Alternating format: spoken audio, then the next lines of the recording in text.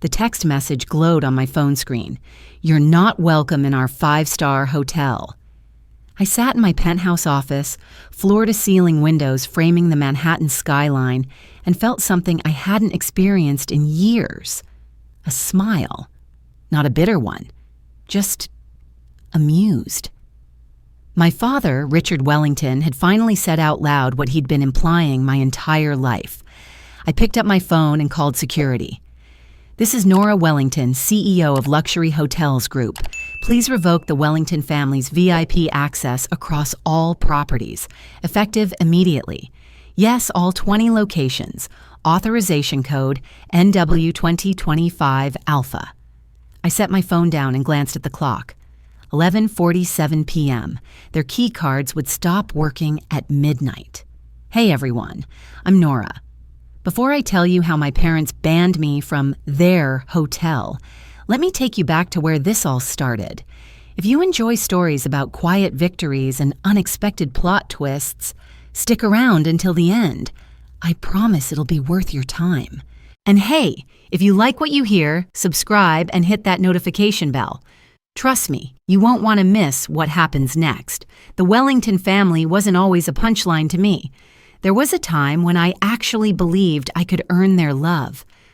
I was 8 years old the first time I realized I was different. Not special different, but wrong different. It was a Tuesday night. We always had family dinners on Tuesdays. Mom, Patricia, insisted on it, though I suspect it had more to do with maintaining the appearance of a perfect family than actually connecting with us. The table was set with her grandmother's china, the kind you weren't supposed to touch without washing your hands twice. My older brother Marcus had just gotten his acceptance letter to a business program at some prestigious high school. He was 14, already talking about Harvard and hotel empires.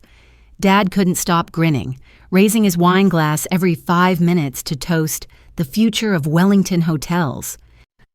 I'd brought home a drawing that day.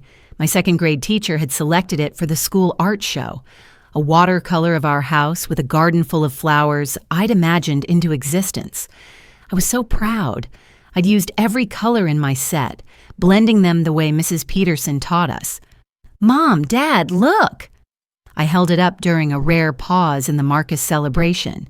"Mrs. Peterson picked my painting for the art show." My mother glanced over, fork halfway to her mouth. "That's nice, sweetie." Her tone was the same one she used when our neighbor talked about her cat's birthday. But art doesn't pay bills. You need to focus on real achievements like your brother. Dad nodded without even looking at the painting. He was already turning back to Marcus, asking about the curriculum, about networking opportunities, about building a future. I set the painting down next to my plate, careful not to let it touch the gravy. Later that night, I found it in the recycling bin. That's when I learned the first rule of being a Wellington. Marcus mattered. I didn't. The differences became more obvious as we got older. For Marcus's 16th birthday, my parents threw him a pool party with 200 guests and a hired DJ. For mine, we had dinner at home, just the 4 of us. My gift was Marcus's old laptop, the one with the cracked screen and a battery that died every 40 minutes. "It's practical," Mom said, as if that justified everything. "You'll need it for school." Marcus got a car. I got a used laptop that barely functioned. When Marcus applied to colleges, it was a family event. They hired a consultant, visited campuses, talked about nothing else for months. When I told them I wanted to apply to Cornell, the same school Marcus attended, the temperature in the room dropped 20 degrees. I was 17, sitting at that same dining table, acceptance letter in my hand. They're offering me a partial scholarship for hospitality management. Cornell, like Marcus. Can you believe it? My mother didn't even look up from her phone. Cornell? That's Marcus's school. Why would you even apply there? Dad set down his fork with a deliberate clink. You're just going to embarrass us. Marcus built a reputation there. You can't live in his shadow. Marcus smirked from across the table. Besides, sis, hospitality isn't about book smarts. It's about people skills. And, well, he let the sentence hang, the implication clear. I felt something crack inside my chest. Not break, just crack, like ice beginning to thaw. So, you don't want me to go to Cornell? We're saying, Dad said, that you need to find your own path. State school is perfectly fine. We've invested enough in Marcus's future. Invested. Like I was a bad stock they'd decided to cut losses on. I went to Cornell anyway. I paid for it myself. 3 part-time jobs, student loans, that partial scholarship. I graduated summa cum laude. Not one member of my family attended the ceremony. We were busy with Marcus's promotion party, Mom explained later. You understand. I did understand. Finally, completely, I understood. The pattern was everywhere once I started looking. Thanksgiving dinners where Marcus's achievements earned toasts, and mine earned, "That's nice, dear." Christmas gifts where he got down payments on condos, and I got Target gift cards. Family photos where I was always slightly out of frame, like they'd forgotten to make room. By the time I was 25, I'd stopped trying to prove myself to them. I'd stopped calling unless they called first. I'd stopped sharing my life because they'd never actually asked about it. I was working as an assistant manager at a boutique hotel in Boston, covering every shift nobody wanted, learning every aspect of the business. I was good at it. Really good. Guest satisfaction scores jumped 15% after I implemented new check-in procedures. My boss noticed. My family didn't. "How's work?" Mom asked during one of our quarterly phone calls. "Good. We increased occupancy by 15%. "That's nice. Marcus just closed a $2 million deal. Maybe you should ask him for career advice." I stared at my phone after she hung up. That's when I made the decision. If I was going to succeed, it would be somewhere they couldn't see me coming. I moved to New York City when I was 27. I didn't tell them where I was going or why. Just sent a text. "Taking a new position. We'll be in touch." Dad's response came 3 hours later. "Another hotel job? Let us know when you're doing something that matters." I blocked notifications from the family group chat. My studio apartment in Queens cost half my salary. I ate ramen for dinner more nights than I care to admit. I worked 70-hour weeks as a front desk manager at a luxury hotel chain, and on weekends, I consulted for small hotels that needed help optimizing their operations. I was exhausted. I was broke. I was also, for the first time in my life, building something that was mine. 4 months into my New York life, I attended a conference called Future of Luxury Hospitality. I couldn't really afford the ticket, but I'd learned that showing up was half the battle. During the Q&A session after a panel on investment trends, I asked a question about capital allocation strategies for boutique properties. A woman in the front row turned to look at me. She was in her mid-50s, sharp eyes, perfectly tailored suit. After the panel ended, she found me. "Catherine Chen," she said, extending her hand. "That was an excellent question. You don't think like an employee, you think like an owner." "Nora Wellington. And thanks, but I'm definitely an employee. Very much an employee." "Why?" She tilted her head, genuinely curious. "Why aren't you an owner?" I almost laughed. Capital, connections, the usual reasons people don't own things. "You have something better," Catherine said. "You have vision. And you're hungry. Let's get coffee." That coffee meeting changed my life. Catherine ran a hospitality investment fund. She'd made her fortune identifying undervalued properties, turning them around and selling them for significant profits. Over coffee that stretched into a 3-hour conversation, she explained how private equity worked in the hotel industry, how to identify opportunities, how to structure deals. "You could do this," she said, "if you wanted to. I don't have an MBA. You have instincts. That's harder to teach." She pulled out a business card.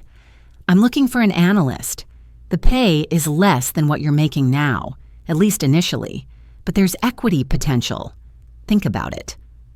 I thought about it for exactly 10 minutes. A week later, I started at Catherine's fund. My salary dropped from $65,000 to $55,000, but I was learning how deals actually worked, how to read financial statements, how to identify market gaps, how to see potential where others saw problems. My first project was a boutique property in Brooklyn. It was beautiful, great location near the waterfront, but occupancy was at 40%. The owner was desperate to sell. I spent 2 weeks analyzing everything. The issue wasn't the property, it was the management. Wrong target market, outdated systems, no social media presence. It needed $500,000 in renovations and a complete repositioning. I presented my analysis to Catherine. She studied my projections, then looked up at me. "You're sure about this?" "Completely." "Then let's buy it." 18 months later, we sold that property for a 140% profit. Catherine called me into her office the day the deal closed. "You have the golden eye, Nora. You see potential where others see problems. That's rare." I was promoted 3 times in 2 years: senior analyst, associate, VP of acquisitions. My family had no idea. "How's work?" Mom asked during our annual Christmas phone call. "Busy. Hotels always are during the holidays." "Still in New York?" "Yeah, still here." "Well, Marcus just expanded into 3 new properties. He's doing so well." "That's great, Mom. You should come visit sometime. See what a real hotel operation looks like." "Maybe. I'm pretty swamped." I wasn't lying. I was managing a portfolio worth $200 million. I was speaking at industry conferences. I'd been profiled in trade publications. But to them, I was still just working at some hotel in New York. I kept it that way. Let them think what they wanted. I was too busy building an empire they couldn't see.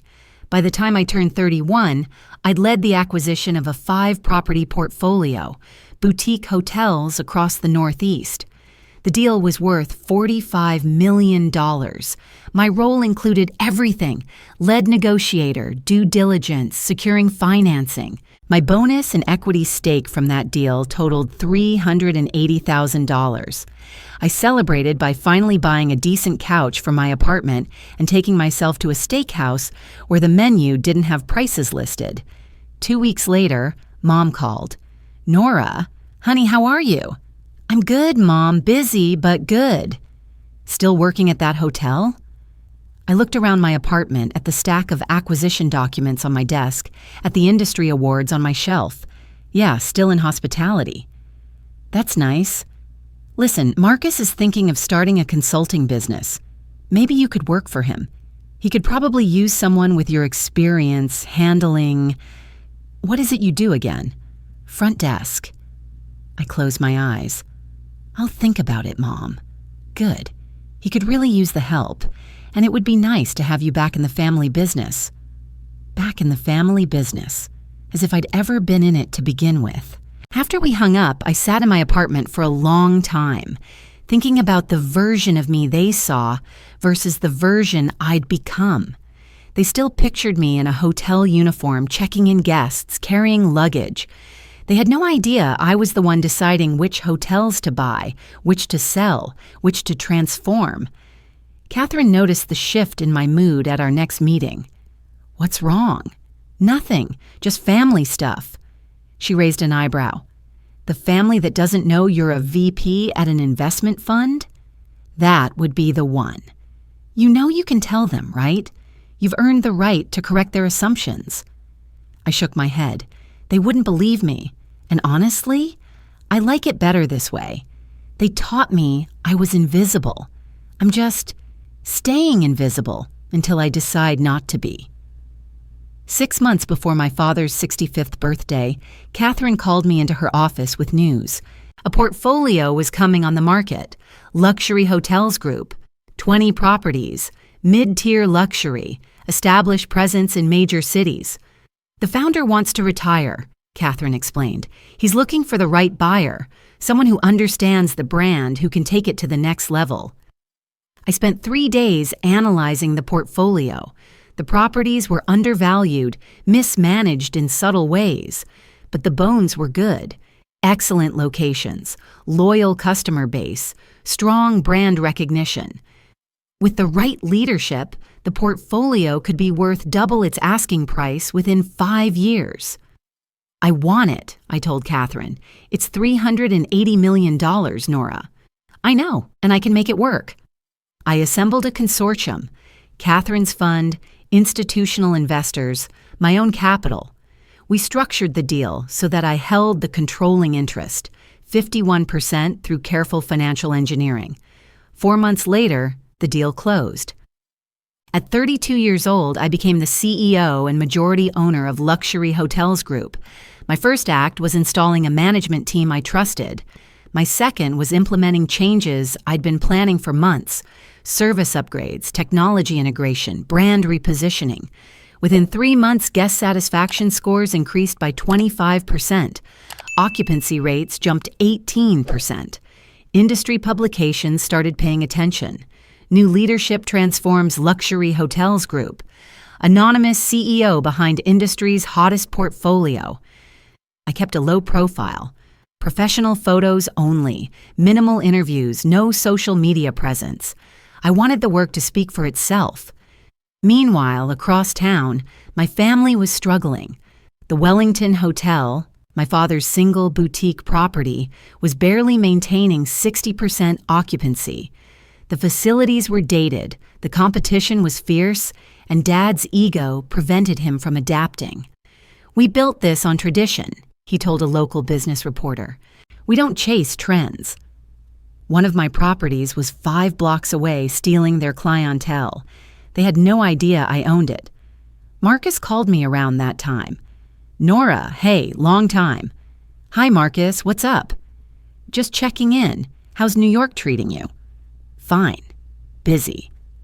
"Listen, I know we haven't been super close, but I was thinking maybe we could grab coffee next time you're in town. Compare notes on the industry, you know?" I almost laughed. 4 years of minimal contact, and now he wanted to compare notes. "I'm pretty swamped, but I'll let you know if I have time." Cool. "Hey, you're still doing front desk stuff, right? We're actually hiring at Wellington. I could put in a word if you want something closer to family." I stared at my office wall, at the framed photo of my 20-property portfolio. "Thanks, Marcus. I'll keep that in mind." After we hung up, I sat in my penthouse office, looking out at the city I'd conquered while they weren't paying attention. They still thought I was checking in guests and carrying luggage. They had no idea I was running an empire. Catherine stopped by my office later that week. "You look contemplative. Just thinking about family. The ones who don't know you're their biggest competitor? They're not really competition, they're just oblivious. Are you going to tell them, ever?" I shrugged. "Maybe when it matters, or maybe I'll let them figure it out on their own." "That's cold, Nora." "No," I said, turning to face her. "Cold is telling your daughter she'll embarrass you if she goes to the same college as her brother. Cold is missing her graduation because your son's promotion party was more important. Cold is treating her like she's invisible for 32 years. Catherine nodded slowly. "Fair point. I'm not being cold. I'm just not saving them from their own assumptions anymore." 3 weeks later, the invitation arrived. Not a phone call, not a personal message, a formal email invitation. Richard Wellington requests the presence of family for celebration of his 65th birthday. Attendance expected. Expected, not requested. Expected. The party was scheduled at the Wellington Hotel. Black tie, 75 guests, a celebration of Dad's career, his legacy, his success. I stared at the invitation for a long time. My first instinct was to delete it, to pretend I'd never seen it. But something stopped me. Catherine found me in my office, still holding the printed invitation. "What's that?" "My father's birthday party at his hotel." "Are you going?" "I don't know. Probably not. What's the point?" Catherine sat down across from me. The point is closure. Face them from your position of strength. You don't owe them anything, but maybe you owe yourself the chance to close this chapter. They'll just treat me the same way they always have. Probably. But you won't be the same person they've always dismissed. You know who you are now, what you've built. That's armor they can't penetrate anymore. I thought about it for 3 days. Finally, I responded to the invitation. I'll be there. I didn't tell them I'd be staying at one of my own properties. I didn't tell them I'd be arriving in a car service paid for by my company. I didn't tell them anything. Let them assume what they always assumed. The party was scheduled for Saturday night. I arrived in the city Friday afternoon, checked into one of my hotels under my own name, Nora Wellington, CEO, and spent the evening preparing myself mentally for whatever was coming. I had no idea my father was planning to make it worse than I could have imagined. I arrived at the Wellington Hotel 30 minutes before the party started. Not early enough to seem eager, but early enough to get a read on the room. The lobby looked exactly as I remembered. Marble floors that echoed every footstep, brass fixtures that needed polishing, furniture that screamed 1990s elegance. It needed updating. Badly. I smoothed down my dress, a tailored black number that cost more than my parents probably thought I made in a month, and walked toward the event space. The door was open, staff still arranging centerpieces and adjusting lighting. That's when I heard them. Make sure Nora's table is in the back. My mother's voice carried across the room. She was talking to the event planner, gesturing with her wine glass. Can't have her awkwardness front and center when we're trying to impress people. I froze in the hallway. Marcus laughed. Does she even know how to dress for something like this? She probably shows up in khakis and a polo. Marcus, be nice. But Mom was smiling. Your sister tries. She just doesn't quite fit in at these things. I backed away from the door before they could see me. My hand trembled slightly as I pulled out my phone, pretending to check messages while I processed what I'd just heard. 20 years of this. 20 years of being the punchline, the embarrassment, the daughter they hoped would stay invisible. I took a breath and walked into the ballroom. The space had been transformed with white linens, gold accents, and enough flowers to stock a funeral home. About 50 people had already arrived, clustering in small groups with cocktails. I recognized some faces from my childhood, my parents' friends, business associates, people who'd watched me grow up in Marcus's shadow. Then I saw others, people who made my pulse quicken. James Chen stood near the bar, laughing at something a woman in red was saying. James, CEO of one of the largest hotel chains in the country, board member of 3 hospitality associations, including one where I served as VP. We'd had coffee 2 weeks ago to discuss a partnership. Victoria Torres was examining a centerpiece with the focus of someone who assessed luxury for a living. Victoria, COO of a luxury travel company, someone who'd been trying to get a meeting with me for 6 months to discuss featuring my properties in her curated collections. And near the windows, pretending to admire the view, was Robert Matthews, real estate developer, someone who'd pitched me an investment opportunity just last week, someone who definitely knew exactly who I was. They all saw me. James's eyes widened slightly. Victoria's expression shifted to something between surprise and concern. Robert looked like he was trying very hard not to laugh. I gave them the subtlest shake of my head. Not yet. Nora! My mother's voice made me turn. She was approaching with her socialite smile, the one that never quite reached her eyes. Oh, you actually came? How unexpected. Hello, Mom. I leaned in for the obligatory air kiss that landed somewhere near my ear. Dad joined us, barely glancing in my direction. Nora, glad you could make it. Try not to embarrass us tonight. It was like being 17 again, except now I was wearing a dress that cost $5,000 and had just closed a deal worth $500 million. I'll do my best, I said evenly. Marcus appeared with a tumbler of whiskey and a smirk. Sis, Wow, you actually bought a new outfit. Impressive. Usually you're in your work uniform, right? I smiled. Usually. How's the hotel job going? Still checking people in? Still in hospitality, I said. How about you? Crushing it, obviously. Just finished renovating the West Wing. Dad's letting me handle more of the operations now. He clapped our father on the shoulder. Learning from the master. That's wonderful, I said, and meant it. Marcus was good at operations. He just had no vision for growth, no understanding of market dynamics, no capacity to see beyond what already existed. But I didn't say any of that. Dinner was excruciating. I was seated at a table in the back, just as Mom had planned, with distant relatives I'd met twice and a couple I didn't recognize. The main table, where Mom, Dad, and Marcus held court, was front and center, bathed in the best lighting, positioned perfectly for speeches. I picked at my salmon and watched James Chen try not to make eye contact with me from 3 tables away. Then the speeches began. Dad went first, talking about his 40 years in hospitality, the challenges of building a business, the pride of passing it on to the next generation. He thanked Mom for her support, Marcus for his dedication, various business partners for their loyalty. My name never came up. Mom spoke next. Richard built this hotel with vision and determination, she said, gesturing around the room like she was presenting a masterpiece.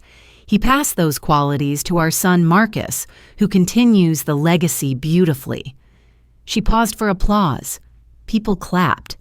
I sipped my water. No mention of me, not even a, "We're so glad all our family could be here tonight." Just a careful, deliberate omission, as if I'd ceased to exist the moment I stopped being useful to their narrative. Then Marcus stood up. "I want to thank everyone for coming tonight to celebrate my father," he began. He was good at this. Charming, confident, the kind of speaker who made you want to agree with him even when he was wrong. "Growing up, Dad taught me that success comes from ownership," Marcus continued. "Owning your decisions, your business, your future." He looked directly at me. The room wasn't that big. Everyone could see where his gaze landed. Some people spend their lives working for others, never understanding what it means to build something. That's fine. The world needs employees, too.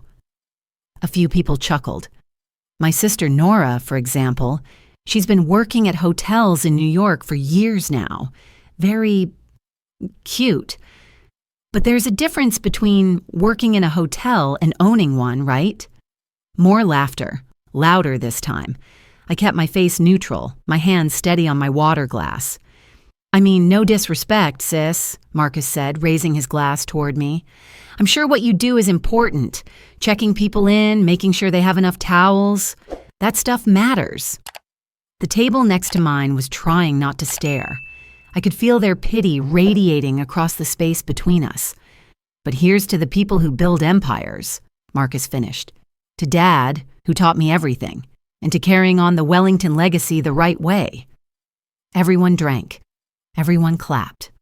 I set my glass down and excused myself to the bathroom. I didn't actually need the bathroom.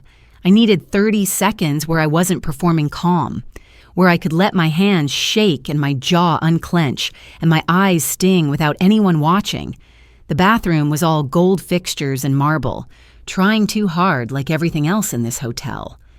I gripped the edge of the sink and stared at my reflection. "You built an empire they can't see," I whispered. "Don't let them make you forget that." I fixed my lipstick, straightened my shoulders, and walked back out. The party had moved into cocktail hour, groups clustered around the bar and near the windows. I grabbed a glass of wine I had no intention of drinking and positioned myself where I could see everyone, but no one felt obligated to talk to me. That's when Mom found me again. She had 3 of her society friends with her, women I vaguely remembered from childhood gatherings, the kind who wore pearls during the day and measured their worth by their husbands' successes.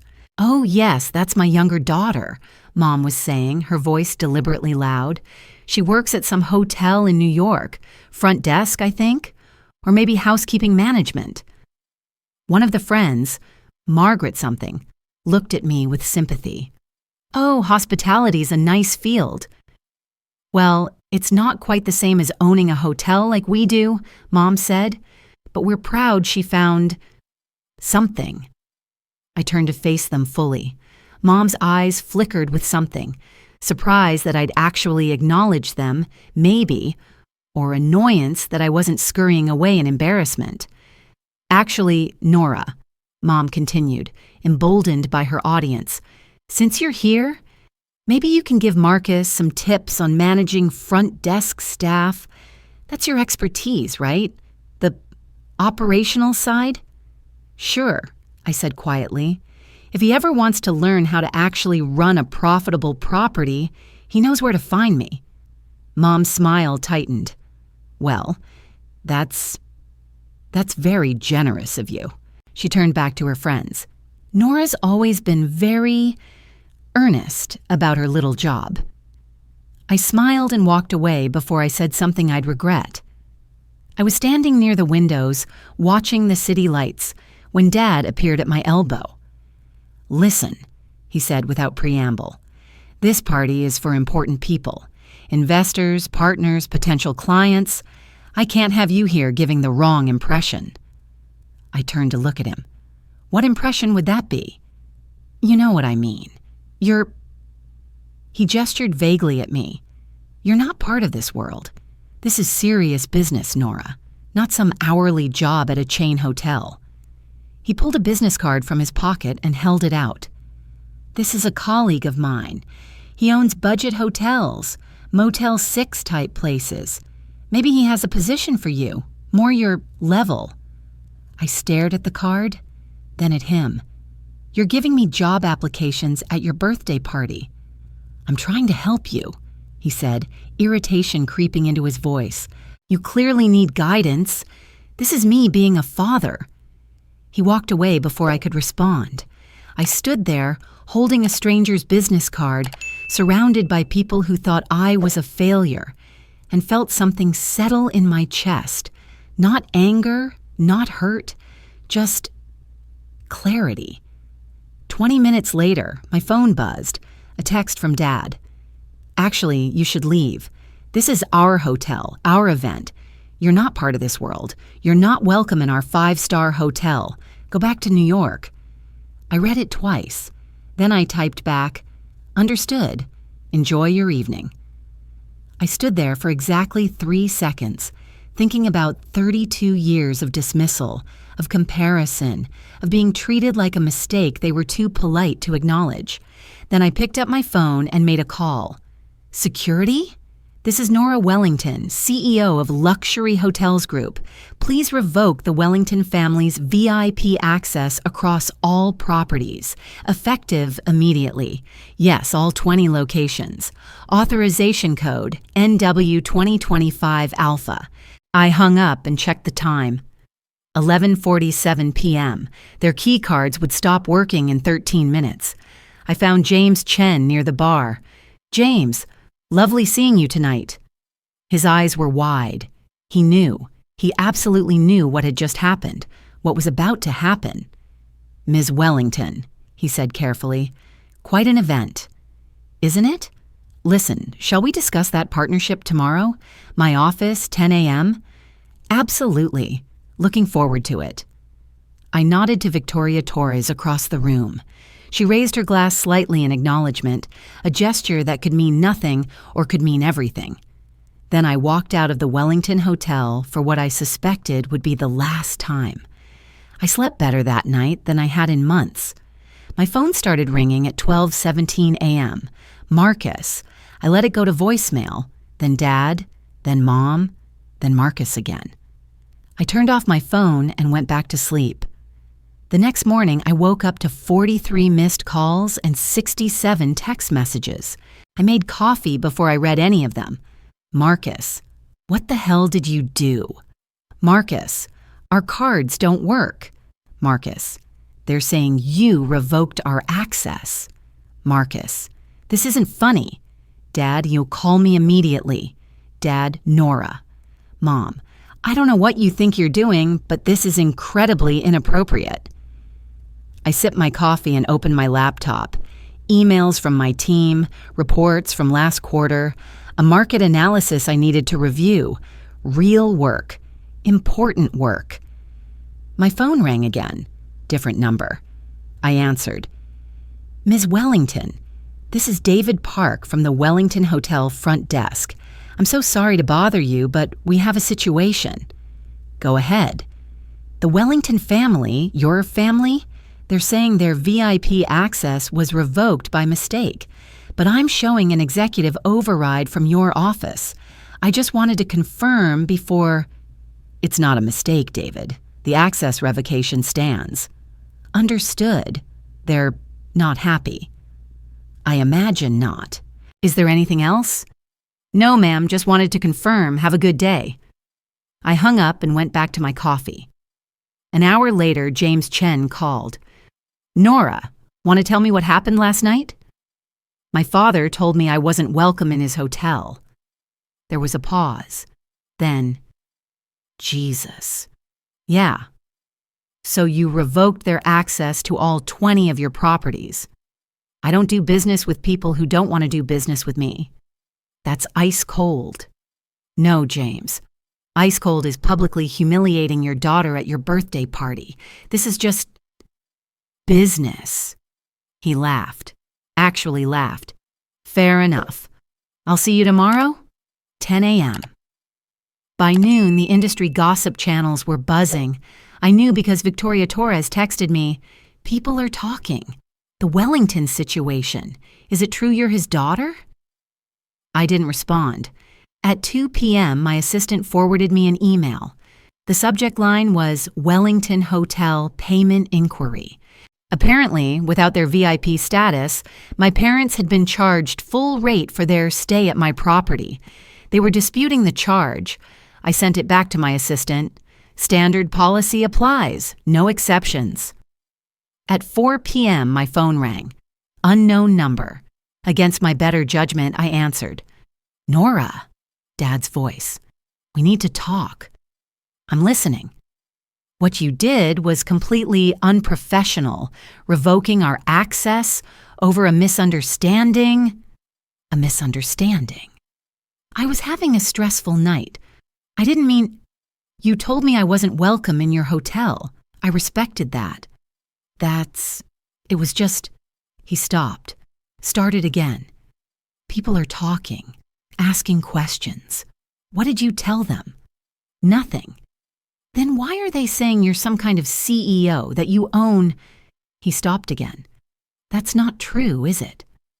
I was silent. Nora, is it true? I have a meeting in 10 minutes. Was there anything else? Answer the question. Yes, Dad, it's true. I'm the CEO of Luxury Hotels Group. I own 20 properties, including the one you stayed at last night. The silence stretched so long I thought he'd hung up. That's impossible, he finally said. You work at a front desk. I haven't worked at a front desk in 7 years. But you said... I said I was in hospitality. I never said I was checking people in. More silence. Why didn't you tell us? I almost laughed.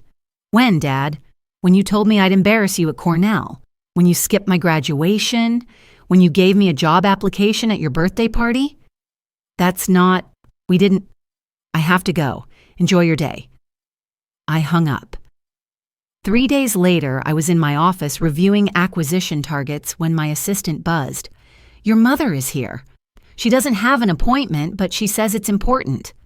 I should have said no. I should have had security escort her out. But some part of me, the part that was still 8 years old holding up a watercolor painting, wanted to see if she'd finally understand. Send her in. Mom walked into my office like she was entering enemy territory.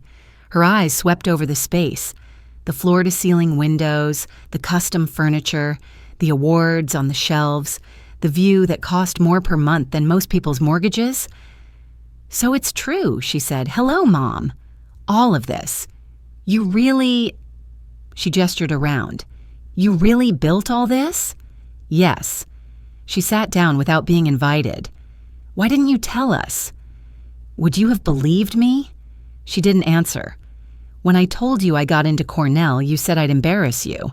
When I graduated summa cum laude, you were at Marcus's promotion party.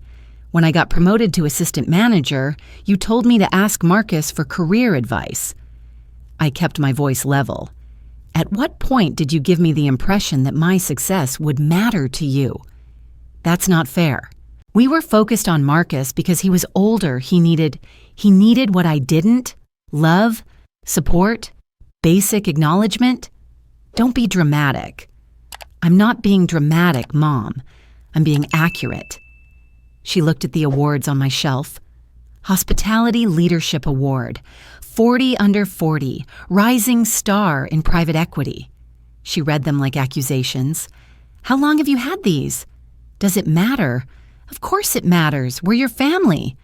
Are you? I stood up. Because family usually shows up to graduations. Family usually doesn't seat you in the back of the room like an embarrassment. Family usually doesn't tell you you're not welcome in their hotel. Your father was stressed. My father has been stressed for 32 years, apparently. Mom's expression shifted. The hotel is in trouble, Nora. There it was. We're losing money. That property of yours 5 blocks away, it's taking all our corporate clients. The bank is talking about restructuring our loan. She stopped. You need what, Mom? We need your help. I sat back down. Let me make sure I understand. You spent my entire life telling me I wasn't good enough. You skipped my graduation. You put me at the back of the room at Dad's party. Dad told me I was an embarrassment and kicked me out. And now that you know I have resources, you want my help. Family helps family. You said that to me once before, remember? When I needed help paying for Cornell. You said you'd invested enough in Marcus. That was different. How? She didn't answer.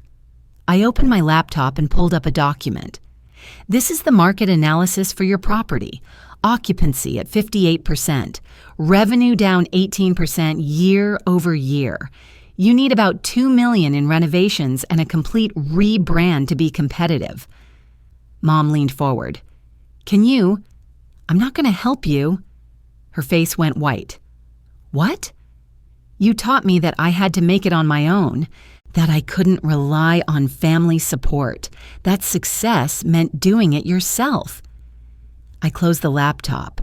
I'm just following the example you set. Nora, please. We made mistakes, but we're still your parents. Are you? Because for 32 years, you've treated me like a mistake you were too polite to acknowledge. Now you want me to bankroll your rescue because suddenly I have value to you. It's exactly that, Mom. I stood up. I'm not interested in revenge. I'm also not interested in saving people who've spent my entire life wishing I'd disappear. What do you want from us? Nothing. That's the point. I don't need anything from you anymore. I built a life without your support, without your approval, without your presence. And I'm fine. Better than fine. Mom stood up, her hands shaking. So you're just going to let us lose everything?